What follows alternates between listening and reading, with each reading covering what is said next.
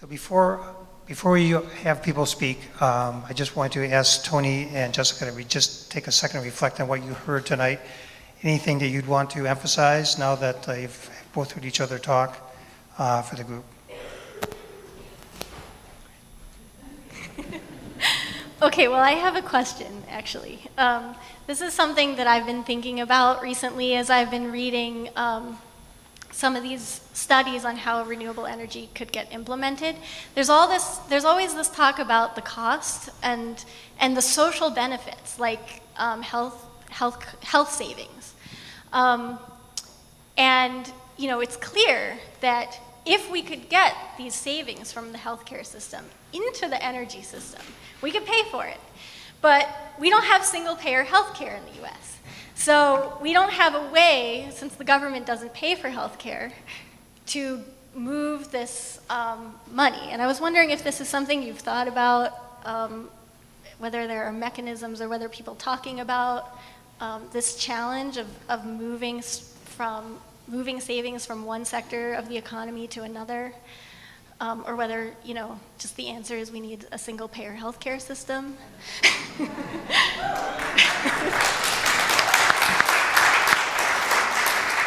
Gee, everything's connected, isn't it? You're asking the wrong party within the Solutions Project. That's outside my area of expertise. I know it is being discussed. I know Dr. Jeanette Barth, one of our economists, is very sensitive to that issue. No, you just can't transfer costs from one sector to the other.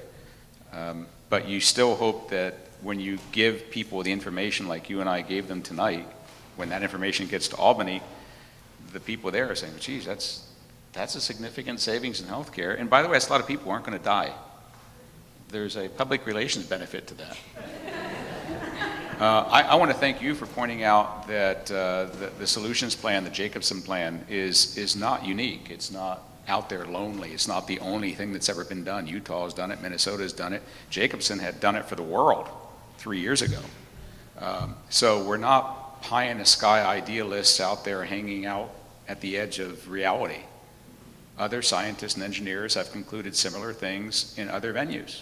If it works in Minnesota and works in New York, and imagine it actually working in Utah with that political climate, it should be able to work everywhere. It works in Germany. So I really thank you for pointing it out tonight. Okay, we're going to move on to Q&A. So we have a mic down front for you to come to, and you should line up there. I don't want to play referee tonight, so I will ask you to share airtime. Try to keep your prologue to a minimum and get to the questions so that we can work on answering it. So please feel free to line up, and we'll have about a half an hour for this. So please, go ahead. Just a question about hydrogen fusion. I understand that France is building an experimental plant using seawater. Is this feasible, and would that be considered alternative energy if it's successful? Excellent question. I'm an engineer. I'm an American engineer. I have tremendous confidence that American engineering ingenuity will continue to evolve the existing technologies that are bases for the plans that we talked about, but also that there will be new forms, new variants of existing forms, and new forms of energy that may become viable in the short term. The problem with things like the question you just asked about with fusion has had billions of dollars spent on it around the world for the last 30 years. It still is feasible. It's still possible. The problem is we run out of time. We've run out of time. Jim Hansen, bless his soul, is still a big nuclear promoter because he just doesn't believe in the reality that you can force the demand for renewables so rapidly and decrease the demand for fossil fuels so rapidly that there is an economic window for very rapid expansion of renewable. He doesn't get that. But the other part he doesn't get is that it takes forever to build a new nuclear plant. Literally, in the United States, it takes over 25 years to get something from concept to production. We don't have 25 years left. Even if somebody could guarantee that nuclear would never cause a problem, there'd never be another meltdown, and we'd solve the waste problem, it's too late. And the scariest thing that Jim Hansen has said, and I hope he's listening, is that in China they can build one in a few years. What does that mean about regulatory control and safety control? Do I want a nuclear power plant built and constructed and operating in 2 years? I don't want to be living there in that one. So yeah, I have confidence that the bright students around the country in the U.S. right now are going to invent new forms of energy generation that are clean and renewable. I know that they're working on making the existing forms more efficient, more practical, more cost-effective, and that's all in the future. That's the good news that's going on. But don't bet on stuff that's going to take 10 or 15 years to get online. We just don't have the time. You want to add to that? Nope, that was great. Please. Okay, so in the Great Minds Think Alike, we actually have launched Go Green New York, which is exactly Renewable New York, only it's called Go Green New York, which we'll be really glad to segue into and allow it to just happen. Alliances. I'm so thrilled. When I read, Dr. Shalloway gave me a hard copy of the Jacobson Ingraffea. Jacobson is the first name, Ingraffea is the last name. On our website, we have the bell tower of Cornell and the bell tower of Stanford. So what do these two bell towers have in common? At any rate, you can go to Go Green NY and like it on Facebook and look at what we have. We have a lot of information about renewable energy, about what other people are doing, other missions, including AGREE. And we're really excited that great minds do think alike and that a lot of this stuff is going on, especially because I'm in the industry of the bed and breakfast industry. And it's projected that by 2020, tourism is going to be the #1 industry worldwide. And New York, with Niagara Falls being the 5th most visited natural site in the world, and New York being the first city to be visited by people outside of our country, and us being right in the middle, we get a lot of tourism, and we would like to see our state stay gleaming, clean, and clean. So.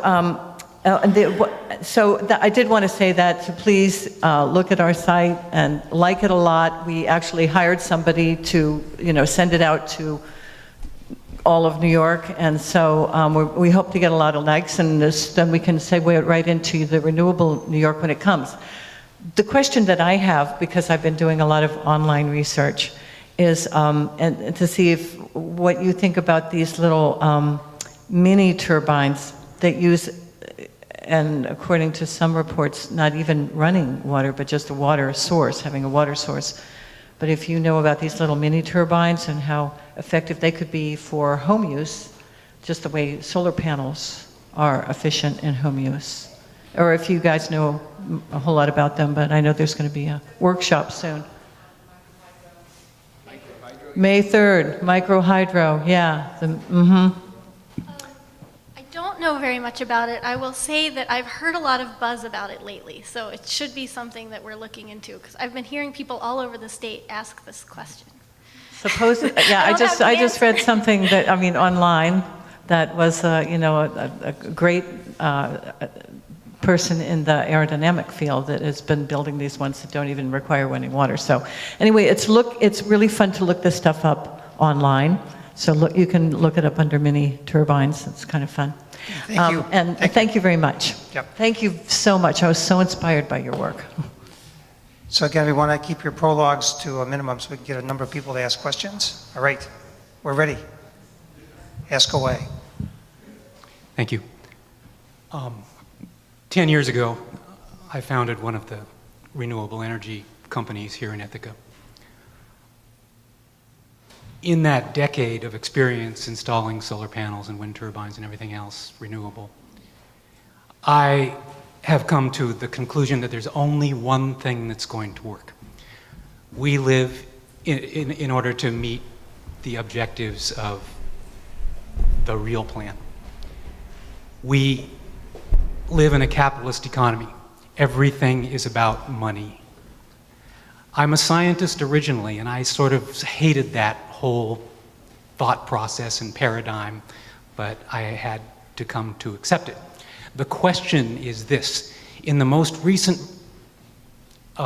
version of the IPCC report, Working Group 3, Mitigation of Climate Change, putting a cost on carbon was one of their primary recommendations, and neither of you said anything about that. How are we going to do that?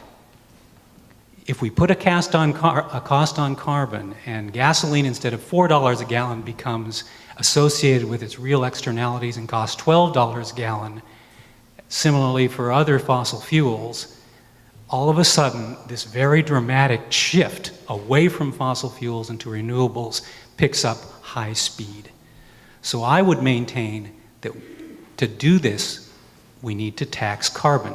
How do we get our politicians or anybody else to do that? Isn't that what we should be advocating for? Thank you. Sure. Well, how do we get our politicians to do anything? I mean, we have to show up and make big numbers and demand it. So that's sort of the short answer, build a movement for it. You know, I was surprised that the energy plan didn't mention carbon tax either, or really I mean, they're all about sort of subsidizing renewables in the market through the renewable portfolio standard is sort of their method, and not really making it harder for polluters. And so, you know, a carbon tax is one strategy that makes it harder for polluters. And I think we need some research into what it would look like in New York. The main criticism I hear of a carbon tax is we just need to be careful that it's not regressive, so that it doesn't hurt low-income people. But I know that there are ways to do a carbon tax so that it's not. So it's a good question. We should look into it and we should demand it. I'll be real quick and try to respond. What was that? Two different ways of answering that question. First of all, I agree that everything runs on money in this country. We're a capitalist society. Nothing's going to change unless the money makes it change. I don't think that the carbon tax idea is going to fly in my lifetime, and I intend to be around for at least another 30 years. I think that the best carbon tax is the tax that keeps the carbon in the ground. The best carbon tax is a set of regulations, like we should have in New York, that make it so onerous, technically and financially, for somebody to get gas out of the ground that they just won't do it. Okay, and excuse me, but we've done that in the last 5 years. New York State has the best carbon tax going. You can't get it. Now, going back to something a little bit more realistic for other places, something I alluded to in my talk, as we, the people, vote with our wallets, the politicians listen. So as we increase demand for renewable energy and we decrease demand for fossil fuel energy, the economics kick in, capitalism kicks in. I think that's the natural way to go. We just keep day by day increasing our demand. I'm not going to buy electricity if it's generated by gas or oil. I'm only going to buy electricity that's generated by renewables, or I generate my own. I am not going to buy gasoline or diesel for my car anymore because I'm going to have an electric car. Multiply that by 1,000, 10,000, 100,000, a million, and pretty soon capitalism kicks in, takes over, and we're done. So that's what I know about politics and capitalism. So I know a little bit about politics, and I will have to say that your best politicians that work for the people are right here in Tompkins County, your local officials, because there's no money involved with our election campaigns. It's only all locally funded with people working for their elected officials, unlike at the governor level and at the federal level when there's a lot of money going to their campaigns. And so to answer your question about carbon tax, I think it's probably within Tony's lifetime it will not happen, unfortunately. But there is a way, and I think Tony alluded to it, that this is actually Gandhi talking, that we give them the power. And so the strategies that Tony mentioned of not buying things that are from the fossil fuel industry, that's how we're going to change this around. And those are our personal choices. We empower them, but through our personal choices, and we can fix that. Next question, please. Thank you for this program. I would like to suggest that the incentives that New York State has in place now for energy conservation are insufficient. In fact, they act as disincentives. I've looked at home performance with Energy Star and weatherization. I'm very much aware that funding has been removed from weatherization to a large degree, and that, for instance, NYSERDA reviews proposals submitted to them by contractors representing homeowners asking for certain levels of improvement on energy efficiency in their homes. And then NYSERDA turns those proposals over to CSG, a private corporation, whose job is to look at these programs to decide if they are cost effective. And I've been trying to get a hard and fast answer on what their definition of cost effective is. Basically, it comes down to they want to continue the program as it has existed into the future. They don't want to go into passive house levels. They don't want to go into zero net energy. And I think that's the direction we should be going, in addition to renewable energy generation. And if you ever have occasion to slightly modify your study, I would suggest that you might look at passive house and zero net energy and super insulation as it has existed in this country since the 70s, for that matter, 80s. And perhaps jack up the possibilities for energy efficiency improvements. And I asked an installer to come look at my house, and the first thing she wanted to look at was my electric bill. And she said, "Your electric bill is too small. You've used only 1,500 kilowatt hours this year. It would not be worth our while to put a solar up on your roof." And I said, well, okay, so if I switch from a gas water heater to electric, I put an electric stove to replace the gas stove, and I put in heat pumps. What about that then? Okay, so she says, well, come back when you've done all that and show us a year's usage. So Do you have a question for us? Well, what would be your comments on the New York State incentives acting as disincentives? Thank you. Thank you. I have some reaction about passive homes and things. Again, neither of us are expert on the New York State incentives except by personal interaction. My wife and I are building a passive home in Ithaca. So we're aware of what New York State giveth and what New York State taketh away. And I'm glad we live in New York State and not Alabama. So New York State is, by my standards, pretty generous when it comes to designing a passive home. What we get from New York State in terms of incentives for solar hot water and PV on the roof is substantial. It's dropping because so many other people are asking for the same thing. We're down to, I think it's $1 a watt now. It was up almost $2 a watt a few years ago. So I would like to see New York NYSERDA not keep dropping that, because that's a disincentive for people who are marginal in what they can do in their homes. And from an engineering perspective, it is not simple and straightforward to just go to one of the companies and say, put PV on my roof and everything will be chocolate and sliced bread. And your home is an energy system. Can I have one more minute to talk like an engineer here? Your home is an energy system. It's involved insulation, heating, cooling, window treatments, foundation treatments, what car you're going to have in the garage, how many people live in the house, how much cooking you do, All of that is part of a complex series of heat transfer and thermodynamic equations. There, I mentioned it, equations.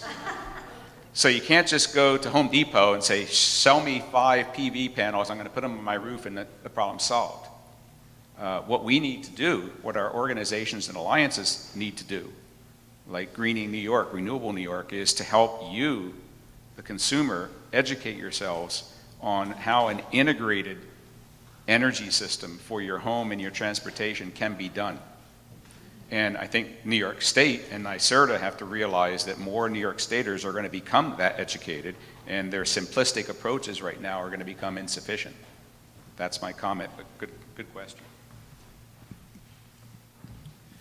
Hi, my name is Gabe Shapiro, and I speak on behalf of the Tompkins County Youth Action Network and New York Youth Against Fracking. In our recent trip to New York City, New York Youth Against Fracking got to meet Yoko Ono, Sean Lennon. We had lunch with them. And we had a meeting with Josh Fox as well to talk about the Solutions Project. And Josh offered me a job actually as the regional coordinator for the Solutions Project in their coming grassroots tour where they're going to stop here. I can't take it because I'm going to be away during the summer, but I'm working on finding somebody for that role. Anyways, my main question is how can young people be a part of this fight?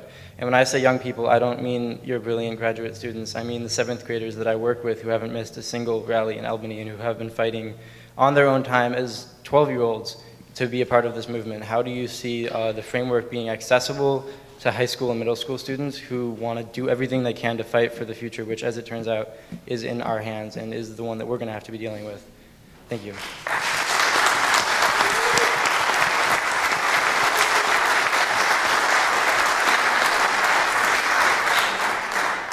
So we all have a part to play in this, and I think one major demonstration opportunity is on schools. And as students, as high school students, middle school students, you can advocate in your schools to get solar on your schools and to do energy efficiency measures in your schools. Because getting solar on schools is an amazing opportunity for people to come right into contact with solar from a young age, and also all the parents come and see it working. It's a community hub. So I would say that's one area. If you can get together with your classmates and your friends and go talk to your principal and talk to the superintendent, basically say you want solar on the school, you want to learn from it, and also, talk to your parents about doing renewables and energy efficiency in the home. I've heard of a lot of parents who have done this because their kids found out about it somehow and nagged them to do it. You have a lot of power in your house. You might not feel it all the time, but you do. Actually, I have a low-tech option for students as well. I mentioned earlier that power comes from the sun, and one of the best solar collectors are plants, and it's actually a great project for people to be growing their own food that connects you in a way to your environment that you wouldn't expect until you get started at it. And also, it's definitely a way to save money. Rather than 1,500 miles to your plate, it's 5 feet. So we have time for one more question. Sorry. I was wondering about the disparity between the cost of a conventional car and the cost of an equivalent electric car, to go the average 250 miles between fill-ups that, most people would not want to have. When do you think the technology is going to be there when it's more equal? That's like an engineering question. Okay. Yeah, it's an excellent what do I do next in my own environment question. I don't know the direct answer to when it will be quickly cost effective to substitute an all-electric car for a gasoline-powered or diesel car. Obviously, some states are already mandating, like California, that a significant percentage of all cars sold in the state of California by 2020 have to be all electric. And our governor signed, was it an 8-state pact? A memo of understanding among 8 states that 200,000 all-electric vehicles would be on the road of New York State by what year? Somebody know that one? So There are motions in Albany. There's certainly motions at Elon Musk's automobile plant. And all the major automobile manufacturers now are doing hybrids. I think it's just a matter of time till we see more all-electric vehicles. There are some on the road in Ithaca. You're seeing more and more every year. But remember, when you talk about the cost of a vehicle, it goes back to what I said about your home heating system or your home cooling system. Your car is a system. You have to look at what energy it costs to manufacture the car, what energy it consumes while you're driving it, how much energy is necessary to dispose of it and sustain it. So you're looking at the total life cycle. And that's really complex, and I don't think we're there yet, but we better be. I will add that I think one of the next big areas where we're going to see costs come down is in storage and batteries. Tesla's building like a gigafactory, they're calling it, a huge factory to manufacture batteries, and they're going to be cheaper because they're doing mass production. And I think this is an area, we've seen the cost of solar come down so dramatically, and I think that we're going to see battery costs plummet very soon, I hope. So Miranda gave me a signal. It's going to be a very short question. I will cut my closing comments as an offer as well. Miranda. And because it's short, I have to tip the mic down. Yeah. So I just wanted to respond about carbon tax. I encourage you all to check out citizensclimatelobby.org. It's a very large grassroots movement across the United States and now international, working very, very hard in getting a federal carbon tax to happen.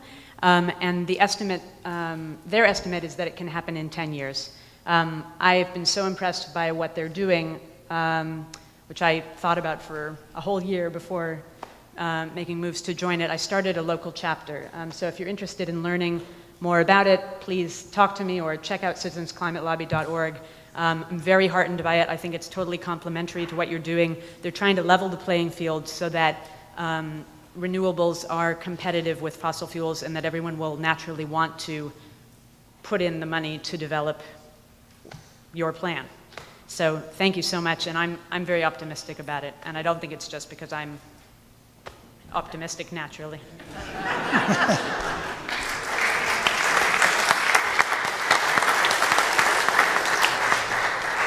So I have to say, sitting up front here, that the energy in this room is palpable. It's really exciting, and I'm so glad to be part of this tonight.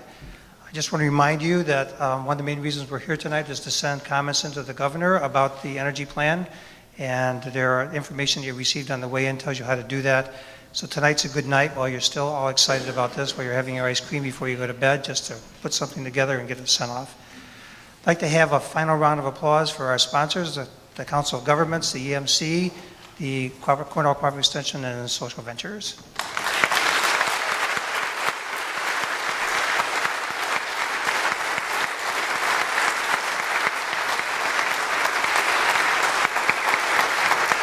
And I know you still have more energy left to give a round of applause for our two speakers. Yeah.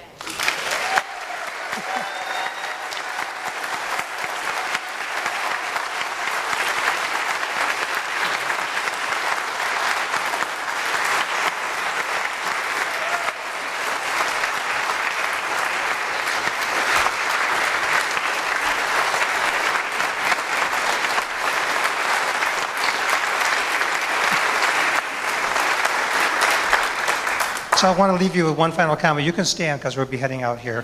I don't know how many got a chance to watch the Fierce Green Fire last night from PBS, but I went to look at Aldo Leopold's statement when this first came out, and he said, "We reached the old wolf in time to watch a fierce green fire dying in her eyes.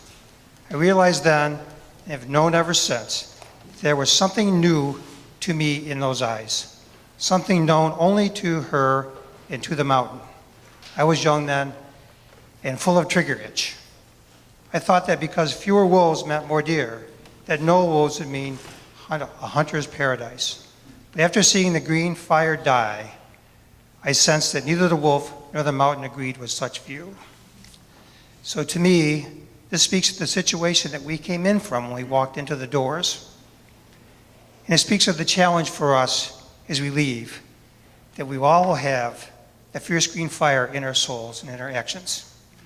Please join us next door. Thank you.